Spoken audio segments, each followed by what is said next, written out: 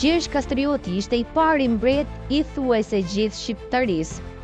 Papa i asaj kohe disa herë shprehu dëshirën dhe gatishmërinë për ta kurorzuar atë si mbret të Shqipërisë, por kjo gjë nuk ndodhi. Gjithsesi, ai ishte mbret dhe kjo gjë nuk mund të mohohet.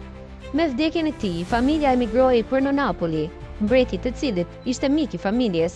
Me këtë veprim, i vetmi pasardhës i tij, emri i të cilit përkon me paraardhësin e tij Gjon Kastrioti, shkoi në Napoli bashkë me të ëmën.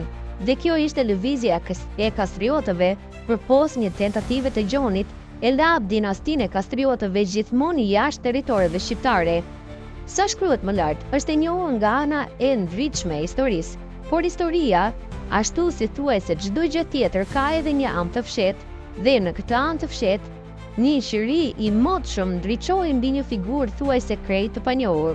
Bëhet fjalë për një pretendent si pasardhës i kësaj dinastie, Juan Pedro Alardro Castriota, Gjin Kastrioti. Ai lindi në Jerez de la Frontenera në Andalusi në 1845 dhe ishte djali i paligjshëm me Isabel Aladro Perez me Juan Pedro Domenech Lembey. Ishte një diplomat dhe gjatë udhëtimeve të tij diplomatike, ai ra në gjurmët e Shqipërisë për çështjen e së cilës u interesua veçanërisht. Në lidhje me këtë çështje, ai botoi broshura në vendet europiane si Bruksel, Athinë, Napoli, Vjen e deri në Bukuresht. Sipas librit Shkolla Shqipe në Korçë, shkruar nga Nuçi Naçi, Juan Kastrioti pagoi edhe për hapjen e shkollës së parë shqipe në Korçë. Këtë ide apo hipotezë e fakton edhe Lumo Skëndo, i cili thotë ndihmat që mblidheshin në Korçë u prem, po Naçi gjeti mburime të tjera.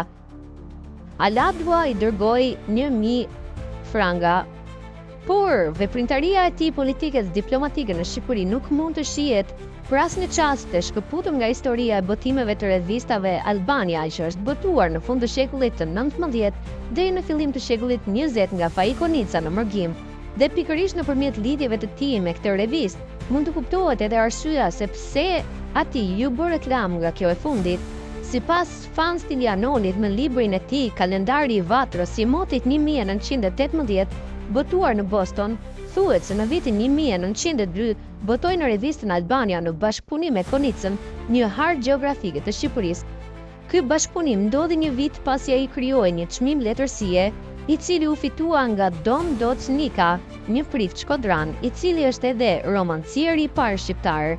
Lidhja e Dom Doc Nikës me Faiko Nicën është e njohur, pasi vetëm aty botonte shkrimet e veta studimore e letrat Dom Doci nën pseudonimin Nabdo Monici. Ai ka botuar te Albania plot 42 artikuj.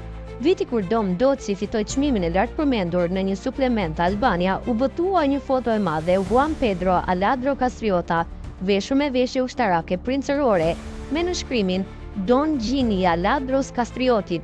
Sipas studimit të William Kamsit, me titull Albania 1897-1909, bibliografi kronologjike e botuar nga Biblioteka Franceskane a Gjergj Fishta, thuhet se ai e asokoi përkon të alfabetit të Organizatës Bashkimit dhe sot përkon me titullin e shkronjës Gjë, çka do të thotë se bëhet fjalë për të njëjtin person.